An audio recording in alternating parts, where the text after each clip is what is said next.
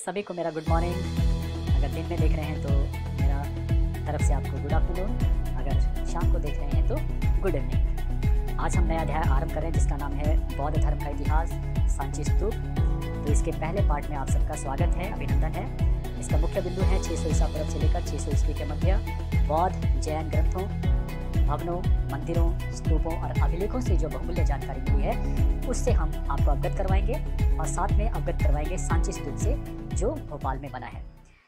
और ये 6ठी शताब्दी का जो समय है, ईसा पूर्व का जो समय है, उस समय जो विश्व में जो है बहुत सारे महान विद्वान पैदा हुए, जिसमें नाम आता है यूनान के सुकरात, प्लेटो, अरस्तु, और भारतवर्ष की बात करें तो यहाँ पर महावीर और महात्मा बुद्ध। तो सर्वप्रथम हम बात कर लेते हैं सांची स्तूप के बारे में।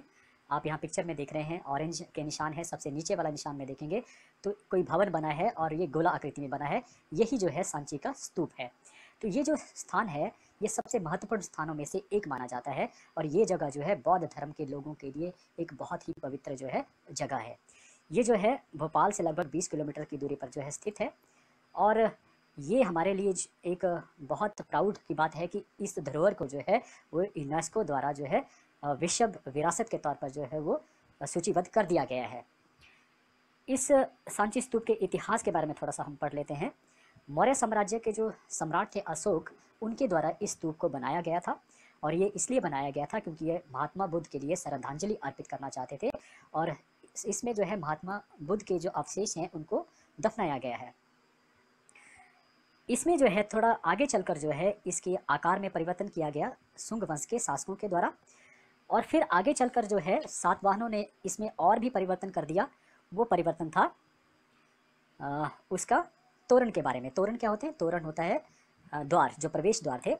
इसके जो चारों तरफ जो है वो वैदिका स्थापित है, रेलिंग बनाई गई है इसको सुरक्षित रखने के लिए और उन रेलिंग में से जो है ये 4 तोरण जिसे द्वार कहा जाता है वो बनाए गए हैं। तो ये सातवाहनों के द्वारा बनाए गए, शासकों के द्वारा, और ये इनकी जो ऊंचाई है वो 34 फुट है। आप देखिए हमारी जो भवन होते हैं वो लगभग 10 फीट के होते हैं, 11 फीट के होते हैं। तो आप ये अनुमान लगा सकते हैं। तो ये लगभग हमारे जो घर हैं उसका अगर 3 मंजिला मकान है तो उतने बड़े जो है इसके तोरण है, 34 फुट, और 14 फुट जो है इसके खंबे हैं। और इसके पश्चात अगर इनके मध्य की दूरी देखें तो वो 9 फीट है। तोरण पर जो है महात्मा बुद्ध से संबंधित जो प्रतीक हैं जैसे कि धर्म चक्र है, पद चिन्ह है, कमल है या बोधि वृक्ष है, इन सबको दर्शाया गया है। और इसके अलावा सिंह, हाथी या मुनि या जनसाधारण लोग या आम के पेड़ या कुछ और इस प्रकार की चीज़ें या पशु पक्षी, बहुत सारी चीज़ों के चित्र जो है उसमें कला के जो है बहुत अद्भुत नमूना जो है वो प्रदर्शित किया गया है इन तोरणों के द्वारा। तो इसलिए जो है विदेशी सैलानी इनको देखने के लिए आते हैं। ये तो हुआ सांची के संदर्भ में। अब हम बात करेंगे इन जैन और बौद्ध धर्म से पहले स्थापित वैदिक धर्म के बारे में हम बात करेंगे और इसको बड़े ध्यान से आपने सुनना है क्योंकि तभी हम समझ पाएंगे कि जैन धर्म और बौद्ध धर्म जो है वो क्यों आए, उसके पीछे कारण क्या था या इससे पहले स्थितियाँ क्या थी, वो ज़्यादा इंपॉर्टेंट है। वैदिक धर्म के बारे में पढ़ लेते हैं। ये वैदिक धर्म जो है 1500 से लेकर 600 ईसा पूर्व तक का समय की हम बात करेंगे, जब वेदों को जो लिखा गया, जो 4 वेद थे उनको लिखा गया था। जो वैदिक धर्म है उसे हमने 2 भागों में विभाजित किया है। एक है ऋग्वैदिक काल और दूसरा है उत्तर वैदिक काल। ऋग्वैदिक काल वो समय था जब ऋग्वेदा का जो पहला वेद था उसे लिखा गया था। फिर से बता दूं, ऋग्वैदिक काल का समय और एक है उत्तर वैदिक। उत्तर वैदिक का मतलब हुआ जब बाद में जो है जो अन्य जो वेदास थे उनको जो है वो लिखा गया, तो उसे कहा गया उत्तर वैदिक काल। अब जो ऋग्वैदिक काल था उसमें लगभग 33 देवताओं का वर्णन किया जाता है। देवताओं का वर्णन है केवल 33, और आज कई करोड़ देवता हैं। तो 33 देवता उस समय वैदिक काल, ऋग्वैदिक काल में थे। 3 तरह के जो है इसमें डिवाइडेशन की गई है। पहले भूमि से संबंधित देवता, दूसरे वायु से संबंधित देवता और तीसरे है स्वर्ग से संबंधित देवता। जो भूमि से संबंधित देवता है उनके नाम है पृथ्वी, अग्नि, सोम, बृहस्पति तथा नदियों को भी उस समय जो स्थान जो प्राप्त था भूमि के देवता के तौर पर, जिसकी हम पूजा करते थे। दूसरे जो देवता थे वो वायु के देवता, उनमें स्थान प्राप्त था इंद्र को, रुद्र को, वायु को और अपाह। अपाह का मतलब हुआ जल, याद रखना, अपाह का मतलब हुआ जल। तो इस प्रकार से ये वायु के देवता। और तीसरी तरह के देवता थे जिसमें स्वर्ग के देवता कहा जाता था और इनमें स्थान प्राप्त था वरुण को, सूर्य को, उषा को और अश्विन को। वरुण, सूर्य, उषा और अश्विन। तो इस प्रकार से ये जो 33 देवता थे ये इनकी डिवाइडेशन 3 में थी, भूमि, वायु और स्वर्ग। इसमें सबसे बड़े जो देवता उस समय माने जाते थे ऋग्वैदिक काल में वो थे वरुण। याद रखना, वरुण संसार के रहस्य जानने वाला मानते थे इनको और पापियों को दंड देने वाले भी माना जाता था, तो इसलिए इनको सबसे प्रमुख स्थान प्राप्त था। दूसरे जो देवता थे वो थे इंद्र और इंद्र जो है वर्षा के देवता भी इनको माना जाता था, युद्ध के देवता भी माना जाता था। और ऋग्वेद में सबसे ज़्यादा जो मंत्र हैं वो इंद्र को ही स्थापित हैं, लगभग 250 मंत्र। तो ये पढ़ा हमने ऋग्वैदिक काल के देवताओं के बारे में, याद रखने वाली बात है। और थोड़ा सा उपासना विधि में मैं थोड़ा सा बता देता हूँ। उस समय उपासना कैसे की जाती थी, यज्ञ किए जाते थे, यज्ञ में क्या डाला जाता, घी, दूध, चावल, सोमरस इत्यादि ये चीज़ों को डाला जाता था, बलियाँ दी जाती थी। यज्ञ क्यों करवाए जाते थे, विजय प्राप्त करनी हो या धन प्राप्त करना हो, संतान प्राप्ति हो, सुख में कोई भी जीवन, सुख में जीवन व्यतीत करना हो, तो इसलिए जो है वो उस समय यज्ञ करवाए जाते थे। ये है हम पढ़ा ऋग्वैदिक काल में। दूसरा जो है साथ में जो है आता है इसका पार्ट, वो है उत्तर वैदिक काल। और नीचे मैंने पिक्चर्स बनाई है, 3 देवता अलग अलग से, पहले हैं ब्रह्मा, दूसरे हैं विष्णु और तीसरे हैं शिव। तो ये जो 3 देवता था इन्हें कहा जाता था त्रिदेव। तो उत्तर वैदिक काल में मतलब 1000 ईसा पूर्व के पश्चात का जो समय था उसमें देवता का जो स्थान था वो बदल गया। अब जो प्रमुख देवता के तौर पर सबसे बड़े देवता थे उन्हें ब्रह्मा कहा जाता था। ब्रह्मा को सबसे बड़ा स्थान प्राप्त था क्योंकि वो संसार के रचयिता के तौर पर माने जाते थे, कि संसार को बनाने वाले जो हैं, इस जो भी आकाशीय पिंड बने हैं, पृथ्वी बनी है, जो ब्रह्मांड में चीज़ें नजर आती हैं वो सारी किसके द्वारा बनाई गई, ब्रह्मा के द्वारा। तो इस पर उनको क्रिएटर माना गया, तो उनको सबसे बड़ा देवता नाम दिया गया। दूसरे थे वो थे विष्णु। विष्णु जो है के ही अवतार राम कृष्ण को भी माना गया। तो विष्णु को कहा गया संसार के पालक और रक्षक, मतलब पालन करते थे और रक्षक करने वाले सभी जीव जंतुओं का जो संसार में है। तीसरे जो देवता थे वो थे शिव, जो संसार को नष्ट कर देते हैं, अर्थात वो अगर उनको लगता है कि अब पाप ज़्यादा बढ़ गए हैं तो वो नष्ट भी कर देंगे, ऐसा माना जाता था। त्रिदेव की ये सिद्धांत प्रचलित था। धर्म में क्या था उस समय, जो उत्तर वैदिक काल में जो है बहुत जटिलता आ चुकी थी। ध्यान से सुनना है क्योंकि यही से हमारा जो आगे के जो क्वेश्चन हैं वो शुरू होते हैं या समझ आते हैं। जो 40 तरह के संस्कार उस समय जो है वो शुरू हो चुके थे, 40 संस्कार, जिसमें यज्ञ करना या इसके अलावा जैसे यज्ञ में भी बहुत सारे यज्ञ थे, जैसे सूर्य यज्ञ हो गया, असम यज्ञ हो गया, वाजपेयी यज्ञ हो गया। तो इस तरह के जो यज्ञ आने से थे क्या धर्म हमारा जटिल हो गया। नए विश्वास आ गए, जैसे कि तप पर बल देना, शरीर को कष्ट देना, मन को नियंत्रण करना, और इसके अलावा और भी शब्द जुड़ गए, जैसे अवागमन। अवागमन जैसे कि हम जन्म लेते फिर मर जाते हैं, फिर मुक्ति हो गई या कर्म सिद्धांत हो गया, मृत्यु के बाद के जीवन के बारे में भी बातें होने लगी, मोक्ष की बातें होने लगी। तो अंधविश्वास भी आ गए, जादू टोने भी आ गए। ये सारा का सारा जो था ये उत्तर वैदिक काल में जो है वो आरंभ हो चुका था। अब इससे संबंधित अब हम आगे जो है वो बात करेंगे। इसीलिए जो है अब हम बात कर रहे हैं कि जैन धर्म और बौद्ध धर्म के उद्भव के कारण, जो उत्तर वैदिक काल का हमने जो है या ऋग्वैदिक काल में जो पढ़ा, उसका जो सारांश था वो था उद्भव के कारण, कि क्यों जो है जैन धर्म और बौद्ध धर्म जो है वो नए धर्म आए, जबकि पहले से ही हिंदू धर्म स्थापित था। तो एक एक करके इसके कारण हम जो है वो पढ़ेंगे, और ध्यान से आपने सुनना है इसको। पहला जो कारण था वो था राजनीतिक दशा।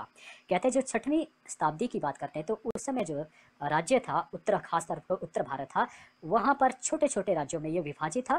कोई बहुत बड़ा राज्य, केवल अगर एक की बात करें तो उस समय जो है वो मगध सबसे बड़ा जो है वो शक्तिशाली राज्य हुआ करता था। तो उसके जो शासक थे, जिनमें बिंबिसार का नाम आता है या अजातशत्रु का नाम आता है, ये माना जाता है कि वो ब्राह्मणों के प्रभाव से परे थे, मुक्त थे, उनके ऊपर उनका प्रभाव नहीं था, इसलिए उनकी सोच जो कैसी थी वो इस धर्म से बिल्कुल विपरीत थी। तो इसलिए भी जो है ये कहते हैं कि जैन और जो बौद्ध धर्म थे, जो नए धर्म थे, उन्होंने जो है वो एक माना कि एक सुरक्षित तौर पर या उनको संरक्षण देने की आवश्यकता हुई, क्योंकि उन्हें लगा ये धर्म भी अच्छे हो सकते हैं। क्योंकि किसी के ऊपर ये माना जाता है कि जब हम किसी धर्म की पट्टी किसी के ऊपर लग जाती है बचपन से लेकर, अगर हम उसको वो धर्म डाल देते हैं तो उसका जो विवेक खो जाता है, उसको केवल वही धर्म जो है वो नज़र आता है। दूसरे धर्मों का अगर उसको की तरफ झुकाव करना भी चाहें तो शायद बड़े कम चांसेस होते हैं कि लोग उन धर्मों की तरफ आकर्षित होते हैं, या तो फिर बहुत सारे कारण होते हैं जिसके कारण वो उस धर्म को छोड़ना चाहता है। तो यही हम बात कर रहे हैं कि हमारा जो हिंदू धर्म था उसके चलते हुए 2 धर्म आए। उसके पीछे कारण क्या था, तो वो थी राजनीतिक दशा, कि जो बिंबिसार थे, अजातशत्रु जो शासक थे, वो ब्राह्मणों के प्रभाव से मुक्त थे, और इसलिए उनकी जो जनता थी वो भी उनकी ही तरह जो है रिएक्ट करने लगी। अगर उन्होंने जैन धर्म को अपनाया तो लोगों ने भी जो है उनके रास्ते पर चलते हुए जैन धर्म को अपनाना शुरू किया। यह है राजनीतिक दशा। दूसरा आता है हिंदू धर्म में जटिलता।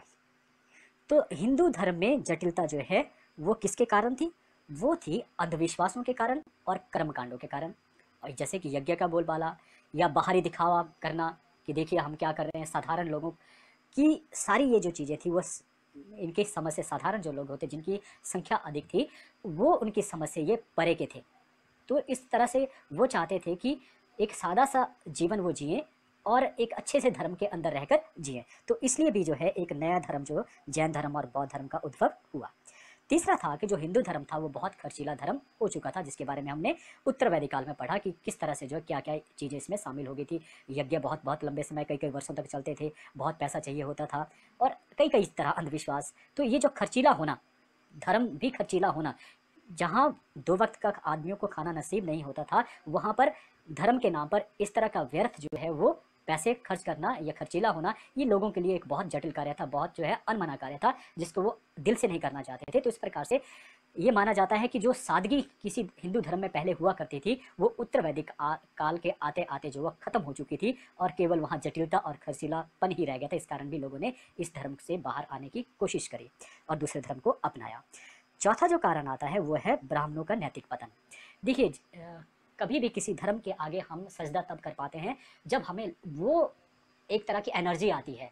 हमें, अगर हम इसका एग्जांपल धर्म को छोड़ दें, फिलहाल हम गुरुओं को ही लेते हैं। आपके गुरु जो है, बहुत सारे गुरु हैं, लेकिन जो है कभी कभार ये महसूस होता होगा कि कोई भी गुरु आपको जो पढ़ाया गया था, अगर वो गुरु आपको मिलते हैं और स्वेच्छा भाव से, अंदर से भाव जागता है कि मुझे उसके पाँव छूने चाहिए, तो कहीं ना कहीं वो भाव इसलिए पैदा होता है कि क्योंकि उस व्यक्ति में वो मूल्य स्थापित थे, कहीं ना कहीं वो मूल्य नजर आते हैं आपको। तो मैं यहाँ पर यही कह रहा हूँ कि ब्राह्मणों का जो नैतिक मूल्य थे वो 6ठी शताब्दी में आते आते जो है वो खत्म हो चुके थे, उनका पतन हो चुका था, और इस कारण भी दूसरे धर्म को जो है मौका मिला आने का।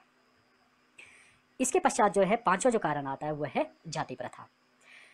ये व्यवस्था जो है, जाति प्रथा, समझ नहीं आती है कि धर्म में जो है, जब आप धर्म की बात करते हैं तो ये जाति कहाँ से आ जाती है।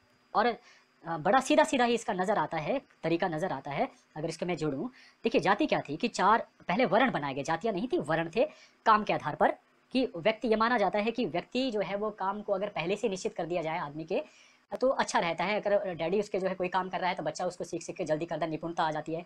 बहुत सारे एग्जाम्पल दिए जाते हैं। लेकिन वर्णों में पहले क्या था कि कोई भी व्यक्ति किसी भी वर्ण में आ जा सकता था अपने कार्य के हिसाब से, उसकी दक्षता के हिसाब से। किसी व्यक्ति को अगर जो है धनुर्धारी है बहुत बड़ा, तो वो माना जाएगा क्षत्रिय। अगर वो बहुत ज्ञानी है, 4 वेदों को जो है वो अच्छी तरह से जानता हो, वो ब्राह्मण माना जाएगा। लेकिन हुआ क्या कि समय बीतने के साथ साथ जो है उत्तर वैदिक काल तक क्या व्यवस्था हो गई कि जाति को जो है, व्यवस्था को मान लिया बिल्कुल पूरी तरह से जन्म पर आधारित, कि जो ब्राह्मण में पैदा वो ब्राह्मण ही रहेगा और क्षत्रिय वो क्षत्रिय ही रहेगा। वो क्यों किया गया? वो इसलिए किया गया ताकि जो है हर जो बच्चा, क्योंकि हर आदमी चाहता है, आज भारतवर्ष में क्या हो रहा है कि हर व्यक्ति चाहता है कि उसका बच्चा जो है करने के लिए कुछ ना बने, घर भी बन जाए, गाड़ी भी हो जाए, और उसका फ्यूचर तक जो हम सोच लेते हैं। इस वजह से क्या है कि हम दूसरों के बारे में कभी सोच ही नहीं पाते हैं। दूसरे बच्चे को खाना मिल रहा है, दूसरों के लोगों को घर मिल रहा है, नहीं मिला। कईयों के पास बहुत बड़े बड़े महल हैं, एक नहीं, अलग अलग जगह के, अलग अलग देशों के, और कईयों के पास 2 कमरे तक स्थापित नहीं है।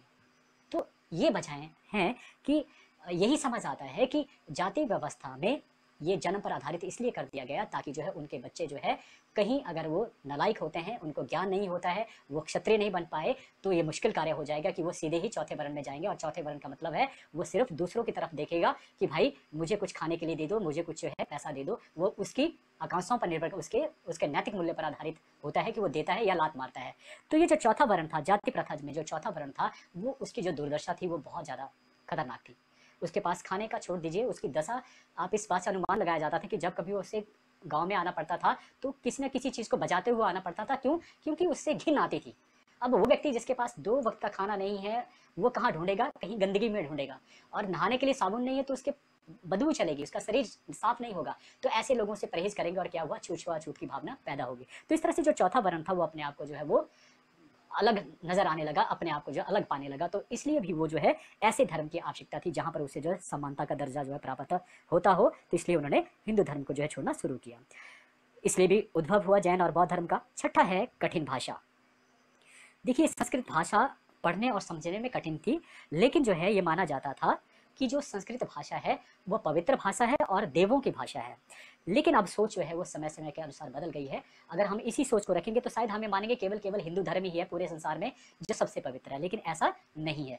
धर्म जो है वो सभी व्यक्तियों के लिए नैतिक मूल्य के आधार पर धर्म की बात कर रहा हूँ मैं, ऐसे धर्म की बात नहीं कर रहा हूँ जहाँ पर अलग दिखते हो। यहाँ बात की जाती है अलग दिखना। उसको अगर आपके केस बड़े लंबे हो गए, आपने उसके ऊपर जो है वो एक बड़ा कपड़ा उड़ा है, दाढ़ी रखी है, तो आप सिख हो गए, नजर आने चाहिए सिख है।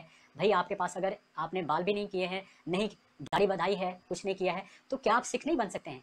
अरे उसके ध्येय अलग है, उसके नैतिक मूल्यों से ही जो आदमी धार्मिक बनता है, ना कि अलग से दिखने के लिए। तो आज जो है पूरे अगर पूरे किसी भी देश में चले जाएं तो धर्म के नाम पर जो दिखावा है, जहां हम अलग से दिखना चाहते हैं अपनी मूछें मुंडवाकर या बड़े केस बढ़ाकर या कुछ भी कर कर, तो ये माना जाता था उस समय कि संस्कृत भाषा जो है वो देवों की भाषा है, और इसको सुनकर जो है आदमी जो है वो सीधा ही तौर पर यह कहा जाता था कि वो देव को सुन रहा है।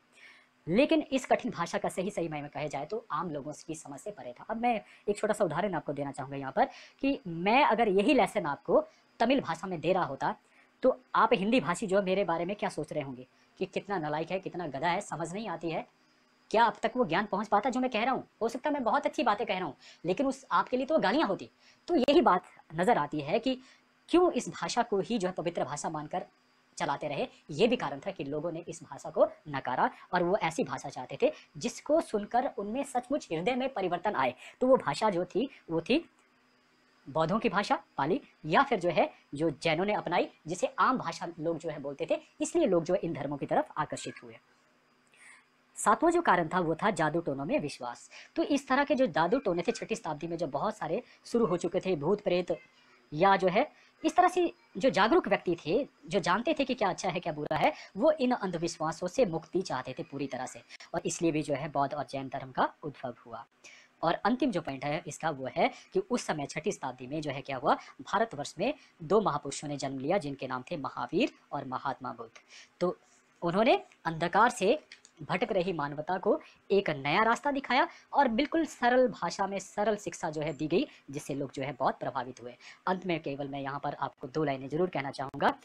काश मंदिर मस्जिद की चर्चा में इंसानियत छा जाए, काश मंदिर मस्जिद की चर्चा में इंसानियत छा जाए, कलमा पढ़े खुदा का और सपने में राम आ जाए, कलमा पढ़े खुदा का और सपने में राम आ जाए। तो मैं कहता हूँ यहाँ पर स्वर्ग बन जाए। तो आज के लिए इतना ही। थैंक यू, आपने बड़े ध्यान से सुना। भगवान आपको हमेशा खुश रखे। धन्यवाद।